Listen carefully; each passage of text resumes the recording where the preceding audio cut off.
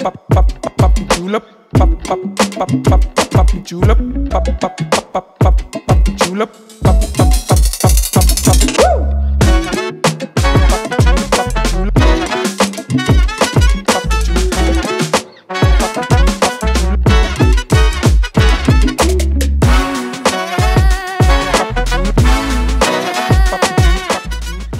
Halo sahabat suara, balik lagi bersama gua Aco di Ngorbit, ngobrolin bareng bintang tamu. Dan sekarang gua nggak sendiri, gua bersama Kes dan juga penulis dari film Kemah Terlarang Kesurupan Massal. Ada Kalista Arum, Azela Putri, dan juga Wahid Nur Rohim. Let's go. Let's go, semangat banget nih. Ini kira-kira berapa yang keberapa nih kesini? Media visit keberapa nih sekarang? Beda-beda sih mas. Ada yang udah 2 kali, ada yang udah 3 kali. Untuk hari ini? Untuk hari ini yang pertama ya? Yang Dua. pertama. Pertama? Pertama, hari ini pertama dong. Pertama hari ini. Oh, pertama. Luar biasa. Terima kasih sudah sampai di studio suara.com. Gimana? Perasaannya ngeliat studio yang baru ini gimana? Bagus sih mas. Nyaman. Nyaman Adem ya? tempatnya. Kalau Kalista kan udah pernah nih sebelumnya kemari. Tapi di situ Iya, di situ. Sama yang sekarang gimana rasanya? sama aja enak. Sama aja enak. Sama aja enak. Cuman sama dingin sih menurut aku. Iya, emang kita di sini orangnya gerahan. Iya Oh, sih. Banyak jujur. dari orang Bekasi, Tangerang gitu. Oh. Jadi pada gerah semua, kulitnya badak. Gitu. Oke guys, kalian kan dari film Kemah Terlarang Kesurupan Massal. Dan juga penulisnya juga di sini, Mas Wahid Nur Rohim. Kira-kira film itu menceritakan tentang apa sebenarnya? Secara garis besarnya cerita film Kemah Terlarang itu menceritakan soal sekumpulan anak sekolah menengah atas yang mereka itu melaksanakan sebuah perkemahan akhir tahun di sebuah tempat yang sebenarnya sudah ditutup dan tidak boleh untuk digunakan sebagai tempat kemah. Cuman karena ya namanya anak muda, kepepet dan sebagainya, tetap mereka terabas, Mas. Oh gitu. Tetap terabas, ya pada akhirnya mereka harus menerima konsekuensi dari apa yang mereka lakukan. Cuman ternyata tidak hanya terlepas dari cerita kemahannya aja yang mereka dapat. Ternyata di luar tempat mereka kemah juga banyak cerita yang masih saling berkaitan dengan kejadian apa yang ada di tempat kemah. Gokil. Emang anak muda suka mencari tantangan gitu ya? Iya, cuman kadang kebablasan. Kebablasan. Oke, kalau di film ini berarti Azela sebagai apa dan Kalista sebagai apa? Aku berperan sebagai Vena Hmm? dan aku berperan sebagai yang perempuan agamis yang selalu menghindari hal-hal negatif. Jadi dia lebih baik menjauhkan hal-hal yang serem dan dia sebagai dewan ambalan yang ngatur semua kemah ini sih. Oh, Dewan Iya, Ambalan. Dewan Ambalan. Oke, kalau Kalista? Aku sebagai Rini, karakter aku di sini ada kelasnya Vena. Peserta kemah. Peserta. Oh, peserta. Oke. Peserta kemah. Karakter aku tuh sebagai ya anak SMA yang sebenarnya Rini itu dari kecil udah sakit-sakitan, lemah, pick me. Kenapa ya? Tapi Kalista sebagai pemeran utama di sini kan? Menurut aku semuanya peran utama sih di sini. Oke. Nice, diplomatis sekali jawabannya. Nice. Iya, tapi dilihat emang kalau dari trailer tuh kayak emang pemeran utama lemes gitu ya. Sebenarnya gini, menurut aku di sini tuh nggak ada, menurut aku sama rata, nggak ada yang pemeran utama pemeran enggak. Cuman emang ceritanya agak lebih memutar itu di Miko dan aku. Kayak lebih mutar di situ. Cuman semuanya perannya sangat amat penting dan semuanya screen time-nya menurut aku rata. Nah, oke. Nah, kalau dari filmnya ini kan based on true story katanya. Iya. Mas, ya. Itu kenapa bisa mau dan yakin difilmin? Sebenarnya kalau yakin di filmin nggak yakin awalnya, Mas. Karena awalnya memang kayak sebatas kayak ini cerita dari temanku yang wah ini menarik nih kalau aku dokumentasikan, aku abadikan gitu. Makanya waktu awalnya cuman sebatas ya buat dokumentasiin cerita teman-teman biar nggak hilang aja tujuanku. Nah, dari cerita satu orang temanku ini yang namanya Miko ini, kok dia ngomong, tapi yang menarik dari cerita ini tuh sebenarnya sampai sekarang si perempuan ini tuh masih kesurupan. Rininya. Sampai saat ini? Sampai sekarang. Rininya. Bahkan terakhir, ini aku dapat info, kemarin kan istilahnya Rini juga udah dibawa ke kantor rapi juga, ngobrol-ngobrol juga. Informasi terakhir tuh malam 1 Suro kemarin, atau yang kemarin, dia tuh masih kesurupan, Mas. Pas lagi ngobrol-ngobrol sama Rapi film. Nah, kalau yang pas ngobrol itu ada kejadian unik yang mungkin nggak bisa dijelaskan secara logika ya. Cuman kayaknya di BTS-nya masuk deh. Jadi waktu itu kan kita di interview, istilahnya si Rini itu di interview, yang nanyain itu aku sama ada tim lain di tim di Rapi waktu itu. Nah, pas waktu aku nanya kurang lebih durasi 40 menit itu normal Mas, nggak ada gangguan apapun. Nah, waktu itu kita mulai dari 4:30 atau jam 5 kurang. Nah, pas waktu aku selesai nanya-nanya itu sekitar menjelang maghrib dan dilanjut sama ada tim yang tadi yang tak bilang dia nanya dan pas waktu spesifik dia ngomong apakah sosoknya ini dia setuju dan apakah dia tidak keberatan ketika diceritakan ini itu tiba-tiba 2 lightning mati Mas dan yang terakhir itu yang lightning gede di belakang yang nyorot lightning sorry. Cadel lightningnya tuh kayak tiba-tiba kayak mati tapi sebelum mati kayak bunyi 2 kali itu masuk deh kayaknya mungkin itu video itu bakal di ada juga loh.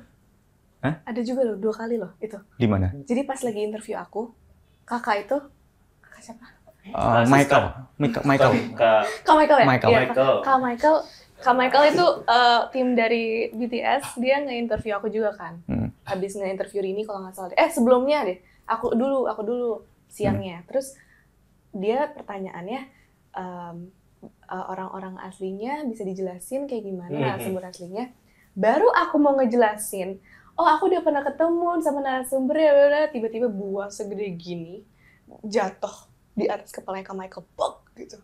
Terus kayak dia sampai kepusingan, sampai kayak aku langsung kayak baru mau nyebut nih narasumbernya kayak gimana, langsung ada buah segede itu. Kok bisa buat stop. Ada buah? Nggak tahu, buahnya gede. Itu di mana waktu itu? Di lapangan sekolahnya. Oh, di sekolah. Kalau yang aku interview Rini sekolah asli juga, itu di kantor Rapi. Oh, kantor Rapi. Oke, sorry. Di kantor Rapi. Nah, tapi kalau dari kejadian tadi, kira-kira nih ya, menurut kalian, itu tandanya sosok si Rini ini setuju apa enggak? Di film kan? Kalau Rininya, Mas. Kalau Rininya itu sosok yang menghantui Rini. Kalau untuk sosok, jujur aku nggak tahu ya, Mas. Karena memang aku juga nggak tahu dia siapa. Intinya belum ada. Istilahnya aku nggak bisa. Aku hanya nulis novel, bukan indigo yang bisa ngobrol sama jin dan sebagainya itu enggak. Karena kebanyakan orang berstatement kayak penulis novel, apalagi horor itu indigo nih pasti. Oh iya, kebanyakan. Iya. Kalau saya mah kebalikannya. Saya bisa dibilang lebih sedikit skeptis kalau untuk horor. Oh, tapi berarti nggak pernah ngalamin perasaan. Oh iya. Kalau ngomongin nggak pernah, jujur di judul ini banyak kejadian yang aku alamin, Mas. Berarti nggak jadi skeptis ya?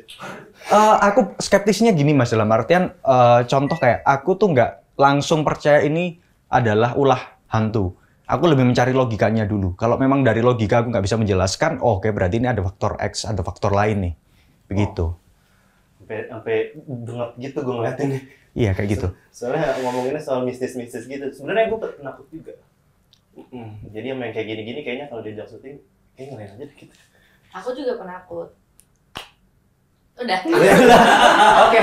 Gitu doang. Titik. Oke, itu. Sama aku juga penakut. Tapi kalian sebelumnya waktu ditawarin jadi Rini dan juga jadi Vena, itu ada explore dulu nggak? Maksudnya nge-reach out orang-orang seperti apa, ini ceritanya kayak gimana, bener nggak sih? Kita baru dikasih kesempatan untuk ngobrol sama narasumbernya itu pas lagi syuting. Jadi kita belum pernah ketemu sebelum syuting sih. Awalnya dikasih tahu kayak Iya, bisa dikasih tahu nyata, sama. cuman kita masih kayak agak-agak masa Masa sih? sih? Iya. Jadi kayak dari awal reading tuh dikasih tahu ini kisah nyata. Cuman kita yang kayak tiap reading tuh kita ngebacain ini seolah-olah ya ini nggak nyata. Iya, gitu. kayak kesurupannya kayak Nggak aneh banget. ada yang begini. Iya. Jadi kita kayak gitu. Cuman pas sampai ke Jogja langsung ditemui sama narasumber asli dan mereka cerita langsung kejadian dari point of view mereka gitu. Tapi ya walaupun mau nggak mau kita kan harus menerima karakter kita kan. Iya. Kita harus kayak ya udah karakter kita yang merasakan ini ya kita bener-bener harus masuk ke itu. Kita ada proses reading, kita bareng sama acting coach, kita kayak each character dikasih apa ya, misalnya kayak kamu bilang tadi apa sih? Bisa lagi di mana temannya? Orangnya lagi di mana? Kira di Jiwanya lagi di mana? Tapi kayaknya aku bisa jawab deh pertanyaan yang sebelumnya. Yang Astaga. sosok ini setuju atau enggak? Iya. Oh ya, dia Aku kayak- bestie. Aku kayak bisa jawab enggak dong. Zenia nggak sih? Oh. Jadi aku ada satu teman di sini yang berperan sebagai Lydia, namanya aslinya Zenia. Jadi sebelum dia dapat judul ini, dia tuh udah mulai ketindihan. Dia udah mulai ketindihan dan dia selalu ngelihat sosok cewek dan nyindir. Sebelum dia dikasih tahu kalau dia bakal main di judul ini, 2 bulan sebelumnya. 2 bulan sebelum. Dia udah sering ketindihan. Nah pas dia udah oke sama judul ini, pas udah mulai reading, itu makin parah. Pas dia udah baca ceritanya, dia langsung kayak, oh kayaknya aku tahu deh yang selama ini aku tuh siapa. Kayak dapat nggak? Iya, susah ya. Dapat nggak? langsung zoom, ding gitu. Nggak siap lagi itu terus. Terus Nggak itu. kayaknya pas dia udah mulai tahu, pas dia udah mulai tahu sosok siapa yang selama ini datengin dia tuh mulai mencari-cari tahu asal usulnya si sosok ini yang ada di film kita, cuma nama sosoknya disamarin ya. Iya. Jadi basically sosok ini ngomong sama dia jadi awalnya dia nggak berani cerita ke siapa-siapa, tapi akhirnya dia samperin aku sama Kak Derby. Pokoknya dia samperin, dia bilang aku mau minta tolong gitu. Kenapa aku ketindihan lagi? Cuman kali ini beda. Sosok ini ngomong. Terus dia ngomongnya cuman gini. Tolong nyekar ke makam dia dulu sebelum syuting. Terus satu lagi dia bilang, lakukannya yang bagus ya, yang sempurna. Ada upacara gitu. Enggak, dia ngomong kayak kita kan mau actingin kejadian itu dan agak menceritakan kehidupannya dia sedikit. Jadi dia bilang tolong yang sempurna ya, ceritain actingnya gitu. Berarti dia setuju, tapi asal kitanya serius gitu maksudnya. Tapi dia ngomongnya sempurna, cuman kayaknya kan nggak ada manusia yang sempurna ya. Jadi kayak aku nganggapnya, oh ya udah maksudnya dia mau minta di take seriously aja gitu, karena itu ada adegan pementasan di mana pementasan itu menceritakan sedikit tentang kehidupan aslinya si Karakter ini. Hantu ini. Berarti setuju ya. Tapi pengennya bagus. Tapi itu dilakuin berarti. Dilakuin, kita nyekar dulu. Nyekar semuanya. Itu nyekar dulu. Enggak semuanya, cuman ada beberapa. Kita juga berdoa bareng-bareng ya. Iya, pas waktu di hotel. Karena ini Mas, jadi waktu itu kalau kalian ingat jadi aku bertemu dengan para pemain-pemain ini pas waktu workshop, ya kan?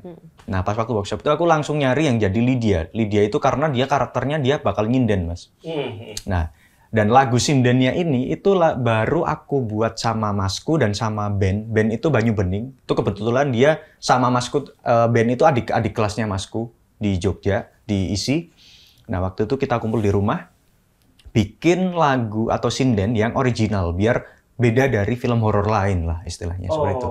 Nah, waktu itu kalau nggak salah baru selesai sekitar 14 hari, kurang lebih 2 mingguan selesai. Dan aku langsung nyari Zenia, atau yang jadi Lydia itu karena biar mempelajari si sinden ini, karena dia bakal nyinden nanti di adegannya. Sinden kan susah ya, nada. Susah. Dan itu pakai bahasa Jawa yang cukup lumayan tinggi Mas levelnya. Bukan bahasa Jawa yang seperti keseharian kita ngomong tuh enggak. Nah, iya, bisa, boleh Jawa halus. Jawa. Jadi kan ada Jawa halus, ngoko halus, bla bla, tingkat ada ngekawi kayak gitu loh Mas. Nah, itu terus. Jadi sindennya itu liriknya salah satu liriknya adalah yang Siro putri kaulas arso. Itu kan bahasa yang sulit untuk dipahami orang. Nadanya juga susah dong. Iya kan. Nah, aku pikir ini yang jadi Lydia siapa? Nah, anak-anak ini teman-teman ini langsung kaget mereka. Hah, kok itu? Aku menangkap sesuatu hal yang aneh di antara mereka. Kok kenapa mereka kaget itu? Nah, pas waktu workshop jalan, si Zenia ini ngomong, Mas, aku udah denger lagu itu sejak 2 bulan sebelum aku reading. Jadi selama dia ketindihan itu? Udah kedengeran denger lagu itu padahal secara apa ya, logika nggak nyampe Mas. Karena itu baru dibikin, jadi yang bikin, istilahnya waktu itu kita cuma berempat. Aku, Masku yang dalang, dia jadi dalang, sama Banyu Bening di Jogja. Bikin lagu itu baru dan original. Kenapa dia bisa tahu? Bisa tahu 2 bulan sebelum. Unreleased loh. 2 bulan. Dan itu aku awalnya nggak percaya. Begitu dia mementaskan itu pas waktu workshop, dia bisa tahu nada-nadanya. Ya walaupun ada beberapa miss. Iya maksudnya ya. Tapi nadanya secara garis besar sama. Itu nggak bisa dijelaskan secara logika dan. Iya, meant to be untuk memainkan karakter itu sih. Iya. Kenapa ya pada mau syuting begini ya? Filmnya setan gitu, udah mas setannya beneran. Itu sih Mas, ya mungkin the power of true story begini ya. Allah, ngeri banget itu ya. Ketawain aja deh, ketawa. Iya lagi. Tapi selesai syuting ada perasaan-perasaan kayak kebawaan gitu? Enggak sih aku. Nggak ada ya? Aman sih, alhamdulillah. Soalnya aku Kayak banyak nih. kalau Mas Wahid aku nggak tahu ya. Cuman aku waktu syuting itu aku kayak selalu ngerasa kayak ada Tuhan gitu kan. Terus habis itu aku ditemuin lah sama Rini Asli kan. Terus sama Rini Asli aku lagi ngobrol, aku tanya karakter dia gimana sekarang. Maksudnya kayak aku ngeliat gitu karakter dia gimana sekarang. Berusaha pelajarin karakter dia. Terus yang lucu, aku baru pertama kali datang sama Mas Wahid. Ini nggak dikasih. Jadi Mas Wahid ngomong gini, ini kita jangan langsung ngomong kalau kamu Rini ya gitu. Takutnya dia kaget, bilang aja kita belum syuting gitu. Soalnya takutnya dia langsung kayak panik gitu kan. Menutup diri. Iya, dia soalnya tipikalnya agak introvert gitu. Terus pas aku baru datang kan aku salaman gitu. Ternyata nggak cuma ada Rini, ada Vena, ada Chandra, ada Miko. Miko nggak ada. Miko nggak ada. Jadi terus habis itu pas aku datang, aku kenalan, terus aku bilang, halo aku temennya Mas Wahid gitu. Terus si Rini aslinya tuh bener cuma ngatain aku gini, kamu yang jadi Rini ya? Wah, nebak langsung nebak. Aku bener-bener kayak, hah? Terus habis itu dia kayak, oh nggak apa-apa. Dia kayak malah welcome banget gitu. So aku kayak, udah akhirnya aku ngobrol. Terus pas aku lagi iseng-iseng gitu kan dia bilang, pokoknya dia cerita sampai sekarang tuh dia masih diikutin sama sosok yang dari kemah itu. Masih sering diikutin.